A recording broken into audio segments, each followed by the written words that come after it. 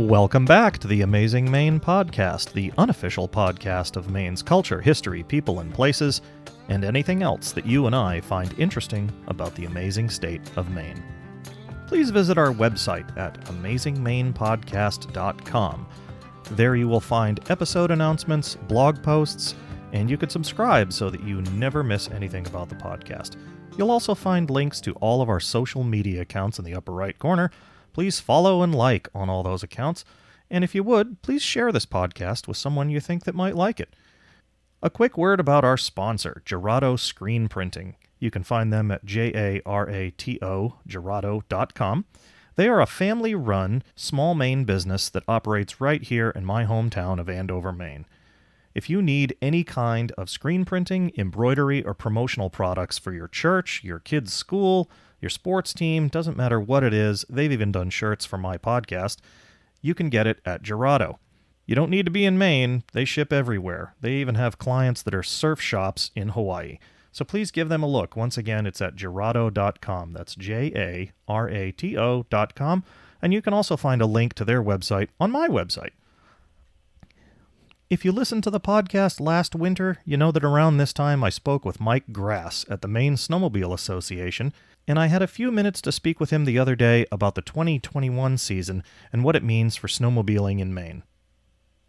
The 2021 season started off, obviously, with COVID. Last fall, the MSA was unable to have our 2020 MSA snowmobile show in Augusta, so we, along with all of the clubs, lost a lot of our big fundraisers. So it's been tough on all the clubs this season to raise that money that they desperately need. We actually came up with another fundraiser for the clubs, and it's the MSA Virtual Snowcross Race. It's been going on since roughly January 1st. And that'll be wrapping up February 28th. So if any of your listeners still have time, they can log in to the virtual race at mesnow.givesmart and donate to their favorite racer/club, and that will push their racer to the finish line. We've already got a couple clubs that have surpassed their estimation of their goal. We're doing quite well. I believe the total is close to $17,000 that's been raised so far.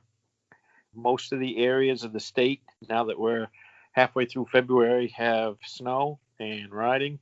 The only exception might be the immediate coastline, but most places have grooming and trails are in decent shape. We could use more snow, but Aroostook County has plenty. They're grooming all their trails on a normal grooming schedule. Rangeley and areas up towards Eustis and Jackman, they're grooming on a regular basis. The Millinocket, Greenville, Milo, Brownville, Lincoln areas all through the Central Highlands doing well on snow, and they're all grooming. So things are right at not a screech pace, but they're on a good pace for this winter and the amount of snow we've got. We can't complain. We finally got some snow. It took a while to get enough, but things are going well at this point. And just to inform the listeners, that money that those clubs so desperately need, a lot of that does go to grooming and keeping the trails open for everybody, right? It sure does. And the state reimburses the clubs after they've spent the money. Basically, they need to raise that money during the summer and fall months and basically spend it, and then they get reimbursed by the state. That's kind of how the grant system works. So without the bean suppers, the spaghetti suppers, and quilting raffles, and all those things where they get together and try to raise some money, that just hasn't happened with COVID because of the regulations and things. Most clubs have been shut down.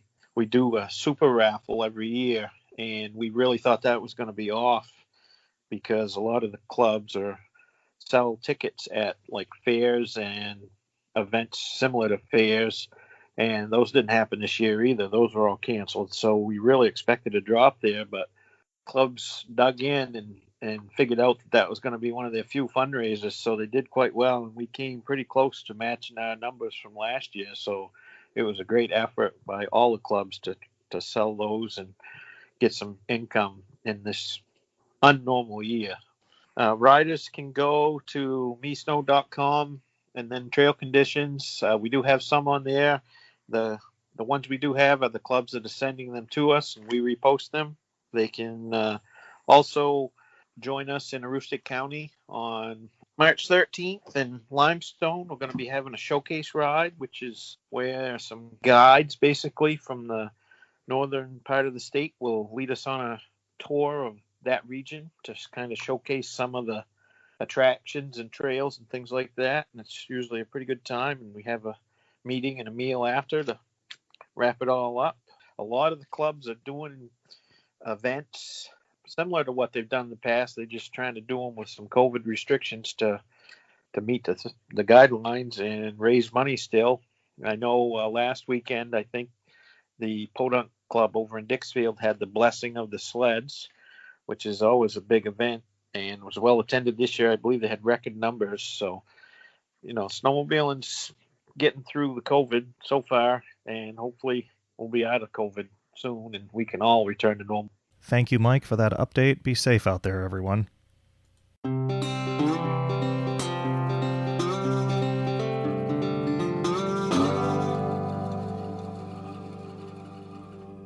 On this episode of the podcast, we are going to be talking about Make-A-Wish Maine, which is the Maine chapter of the Make-A-Wish Foundation.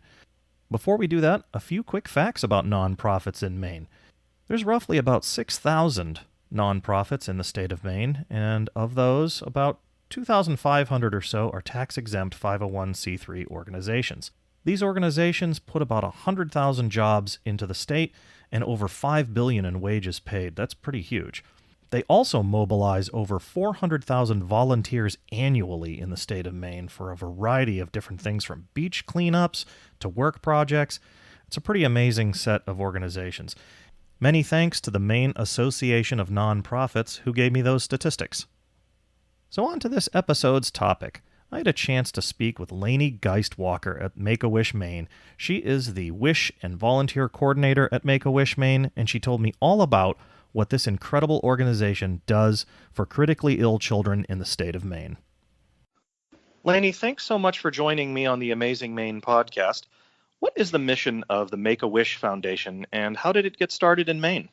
Yes, thank you so much for having me. Our mission is together we create life-changing wishes for children with critical illnesses. And so really what we're trying to do is create a wish experience and grant a wish to a child that is impactful and meaningful to them. And typically, our kiddos, they're going through a lot. So, having something to imagine and think about and, kind of dream about to help propel them forward during, whatever part of their medical journey they're in is really important to us, and it really is at the core of what we do. So our national organization was founded in Arizona in 1980, and basically what happened was the community rallied together around this young boy named Chris Grecius, who wanted to be a police officer. And so after his wish was granted, the community came together and said, this was an absolutely wonderful thing to be able to do for this child, an impactful thing to do for the community, and a way for the community to be able to come together and feel like they're making an impact. And so from there, they founded Make-A-Wish America.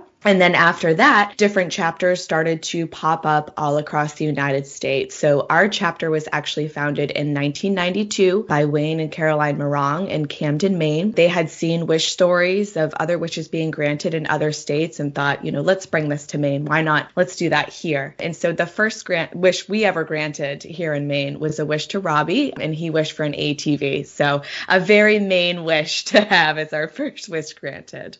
We are a chapter of 7 staff members, and we grant wishes. All of the wishes that we grant are here in Maine to Maine kids. So we're serving Maine kids from the bottom of York County to the top of Aroostook County. And of course, we're a staff of 7 based out of Scarborough, Maine. So the way that we're able to reach all these wish kids and all of their families is through the 160 wish granting volunteers that we have. So we have about 230 volunteers statewide that assist us in our mission, but 160 of them are what we call wish granters, who are working in pairs, and we partner them with our wish families to guide them through the wish process. So that really helps us be able to expand our reach to all of the families here in Maine, have a very diverse amount of volunteers that have unique special interests, unique backgrounds that they bring to the wish granting process and they bring to the mission, and also community relationships that they've built. So the volunteers are truly, the backbone of our organization and help us really create the unique wish experiences that we're looking for. And so in order for us to be able to grant these wishes, of course, we do fundraising. So we receive our funding from individual donors, corporations, grants, trusts, foundations, and in-kind partnerships. We have partnerships with vendors locally and nationally. So locally, we're working with construction companies, landscaping companies, playset companies, things like that. And then on a national level, we have partnerships with hot tub vendors or Disney World, as many people know. So we rely heavily on those partnerships to be able to create these experiences and be sustainable as a chapter and reach all of the wish kids that would qualify for a wish. But it's also, a major part of where our donations are coming from are actually individual donors, so community members that were inspired by our mission.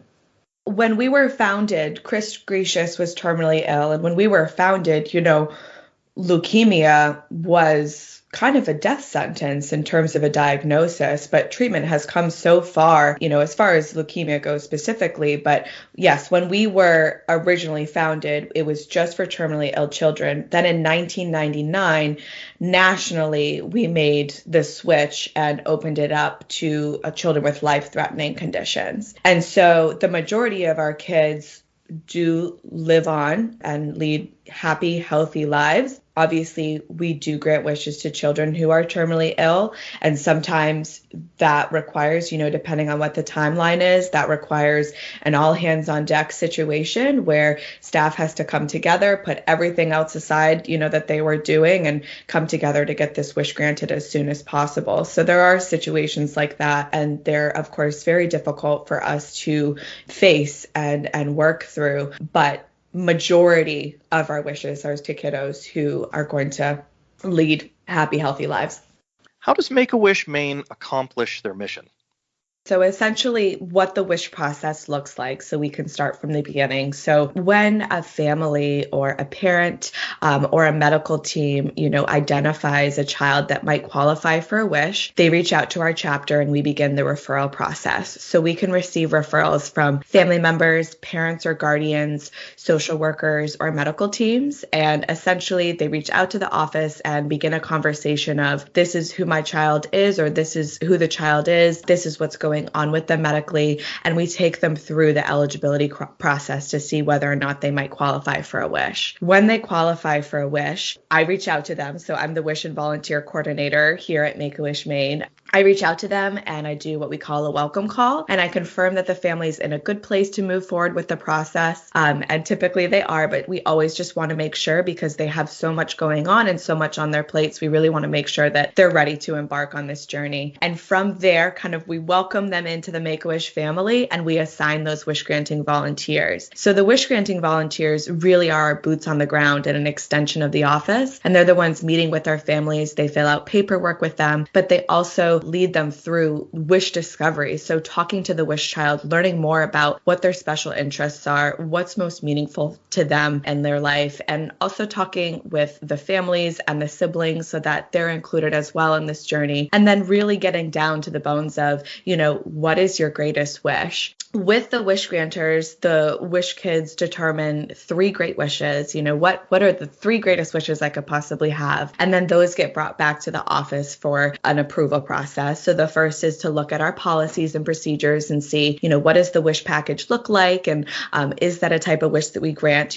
We don't grant wishes for firearms, which seems kind of obvious, but needs to be said in Maine since we like hunting here. But so that's the first step in the approval process. But the second step is reaching out to the medical team and having them sign off, saying that the wish is medically appropriate. We always want to make sure that, we're granting safe wishes and making sure the timing of the wish is right. right, and that we are aware of any medical considerations that might come into play depending on what the wish choice is. And then from there, we grant the wish. And along that process, our wish granters plan some fun surprises. So they plan a fun way to surprise the family and the child with the news that the wish is going to be granted. We have wish parties to celebrate the wishes. The wish granters also send, different gifts to the family to keep them engaged while we're planning the wish. So the office is coordinating everything behind the scenes. And then we eventually do the big wish reveal. And whether it's a gift wish or a travel wish, we love to celebrate that. And like I said, have as many surprises along the way so that it can be an impactful and a wonderful experience for the family.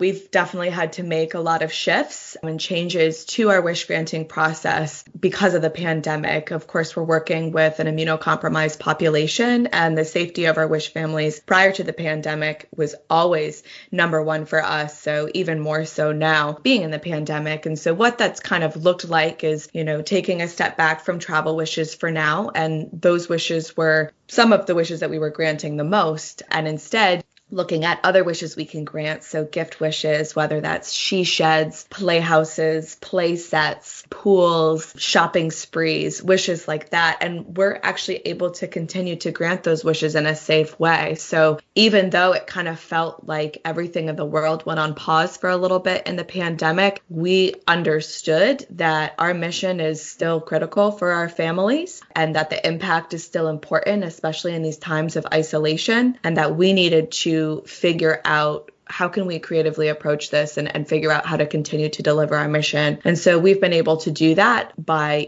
working with a medical advisor who's a local pediatric oncologist here in Southern Maine to establish a safety protocol that all of our staff and volunteers follow and our vendors follow, and also transitioning our wish process so that our volunteers meet virtually with our wish kiddos rather than face-to-face meetings. So really looking to minimize risk as much as we can. And truthfully, it's been such a humbling experience to see how community members and how volunteers and how we as a staff have been able to embrace this challenge and continue to forge onwards, always knowing and being guided by the light of our mission and knowing that it's very important and that regardless of what happens, we're going to continue charging onwards. How many wishes has Make-A-Wish Maine fulfilled? Over the last 29 years, we've actually granted over 1,600 wishes to kids here in Maine, which is really amazing. So on average, prior to the pandemic, we were granting around 75 wishes per year, which comes out to an average of about a wish every 5 days. Now, we're not granting a wish every 5 days. Some months there are multiple wishes in a week or multiple wishes throughout that month. And then other months are lighter. Of course, in Maine, we're working with seasonality. So there are certain wishes that we, no pool wishes in the winter, but on average, we were granting a wish every 5 days. But since the pandemic hit, our goal is 50 wishes this year, and we really feel confident that we're going to be able to reach that goal. So that's how many wishes, we've granted and what our goal is. But I think something that's important to also call out is that our wish granting volunteers that are working closely with our wish families and helping us grant these wishes, it takes them about 25 hours per wish on average. So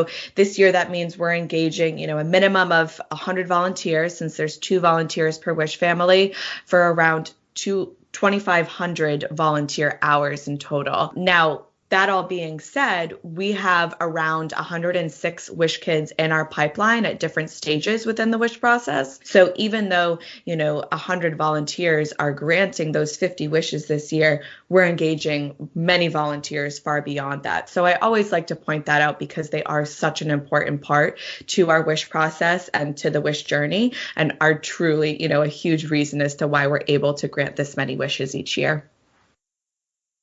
What wishes have stood out either as unique, meaningful, or they're just great stories? Yeah, so that's a great question. I like to say, even though we grant multiple wishes of the same wish type. So for example, prior to the pandemic, we were granting a lot of Disney wishes. Each wish and each family and each child is so unique, and the reason for that wish and the kind of impact that wish is going to have on them is so different. And so while I'm going to talk about some different wish types, I do think it's important to also remember that regardless of how many of the same wishes we grant over and over again, each of them is going to mean something completely different and also look different depending on who that child is and what they love most in life. So some fun ones that I love to talk about. So we grant wishes for room redos, and this wish child wanted a room redo for a McDonald's parking lot. He loved going through the drive-through at McDonald's, and so he said, I want my room to be like the McDonald's parking lot.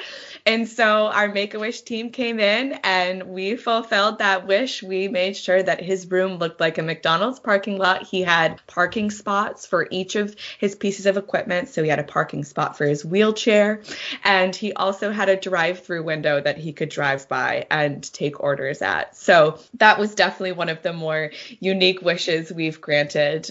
One of the more recent ones we've granted that I thought was really special, a wish child originally she had wanted to go to Disney, but being that it's not safe for that to happen now, they wanted to kind of discover and think about something that could happen sooner. And so she thought, why not bring the Princess Castle at Disney to her house? And so she wished for a pink castle playhouse. And we have this wonderful photo of her. You can see it on our social media. She is sitting, it was a kind of a Frozen themed playhouse. She is sitting on the reindeer from Frozen right in front of her castle, and she just looks like the most beautiful princess. But that was certainly another one that was super precious and meaningful to witness. Another one that I want to talk about that is a Disney wish. This child, and kind of speaks to what I'm saying about each wish kid and wish journey being so unique, is this child wished to go to Disney, and we heard from her grandparents that at different points throughout her medical journey, when things were getting really difficult, when she was in the hospital for difficult procedures and long hospital stays, she would always check in with her grandparents and ask, are we still going to be able to go to Disney? And they were able to say yes. And so knowing that we are able to have that impact and we are able to provide that bright spot, that piece of conversation, that thing to look forward to during some of the darkest days for our kiddos, that is, everything we could possibly want to provide and to be able to be a part of. So definitely wanted to share just the true impact of the wish in that case. Another one that we granted recently was a wish to have a Shih Tzu puppy. And this wish kiddo, the way that we delivered his wish was we did a big car parade. It was after the pandemic hit, so we were making sure that everything was socially distanced and safe. And so as all of these people are passing by in this car parade, he turns to his mom and he says, I didn't know so many people cared about me. And I think that is just such a beautiful testament to the ability of our organization to be able to rally the community in a way that makes them feel like they can make a difference, and to actually be able to make a difference for that child and have him realize how much love out there is for him and how much support. Another one that I would love to share also is we've been doing a lot of pop-up camper wishes recently because a lot of families want to be, out camping, spending time with one another in the great outdoors in Maine. And we actually granted one as far back as 1999 to a wish child who is 3 years old. And they were hoping to be able to have the pop-up camper for many years and be able to, use it as a family to go on camping trips, to create memories together. And about a year ago, I heard from this wish kid and she wanted to volunteer. So 20 years later, hearing from this wish kid saying that she wanted to volunteer, saying that they still had the pop-up camper in their family and use it to this day. So I really think, that story especially speaks to how long the impact of a wish can be and how our families and how our wish kids will be able to continue to use that wish throughout their lives to continue to create memories and continue to have a positive impact on their lives. Those are incredible stories. I can honestly say I never expected to hear about a McDonald's parking lot in a bedroom as a wish. That totally caught me off guard. Yeah. That's incredible. And to hear that people are coming back and that they're still using the wish, or they still remember it, that must be incredibly meaningful for the staff at Make-A-Wish Maine. It absolutely is. We put our heart and soul into these wishes, and I think our volunteers, I actually know our volunteers do as well. So when we hear from families many years later about, the impact and how long lasting it was for them, it just feels so good. We don't question, coming into work every day. We always know why we are here and the importance of what we do. But when that happens, it just is so affirming and validating and just really pushes us to continue onwards and continue doing what we do. How can someone reach Make-A-Wish Maine, either to donate, volunteer, or submit a wish? Great question. So the best way to reach us, I would say, is to go to our website, which is maine, maine.wish.org. And that way you can there's a button to donate there. You can also find me, Lainey Geistwalker, and my contact information if you are interested in volunteering, so I can get you set up with an application and begin that application process. And you'll also find a tab that is titled Refer a Child. And that would be, if you're a medical professional, a social worker, or a family member that might think that a child very closely that may qualify for a wish. So I would say our website is the best place for you to go, but you can also find us on Instagram at Make-A-Wish Maine. You can also find us on Facebook, Make-A-Wish Maine as well. What an incredible organization. A big thank you to Lainey for her time, but also to everyone else at Make-A-Wish Maine, all of the volunteers, everyone that donates. You're doing incredible work, and you're really, obviously, as you can tell from Lainey's passion for this organization, you are really doing something amazing in all of these children's lives and their families' lives as well. So again, thanks to Lainey for her time. Thank you to Mike at the Maine Snowmobile Association. Again, thank you to the Maine Association of Nonprofits. You'll be able to find links to all of these organizations and groups in the show notes. And remember, head on over to that website, amazingmainepodcast.com, our social media accounts, and please share. Thanks again for listening, everyone. Stay tuned after the closing for another podcast recommendation.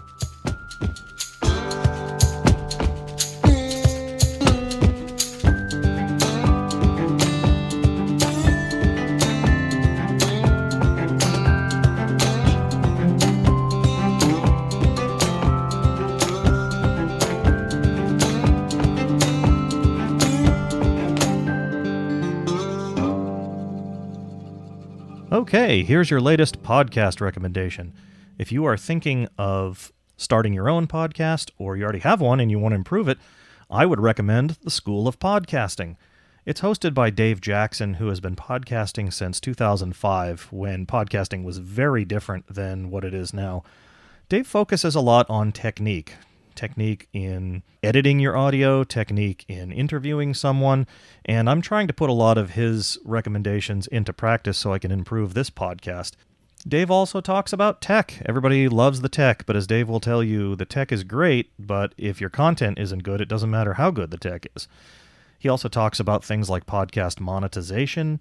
He talks a lot about growing your audience, and he has some pretty interesting bits that he does on a regular basis, like Because of My Podcast stories, where podcasters can write in or call in and talk about things that happened because of their podcast, people they met or lives they changed. Some pretty amazing stories.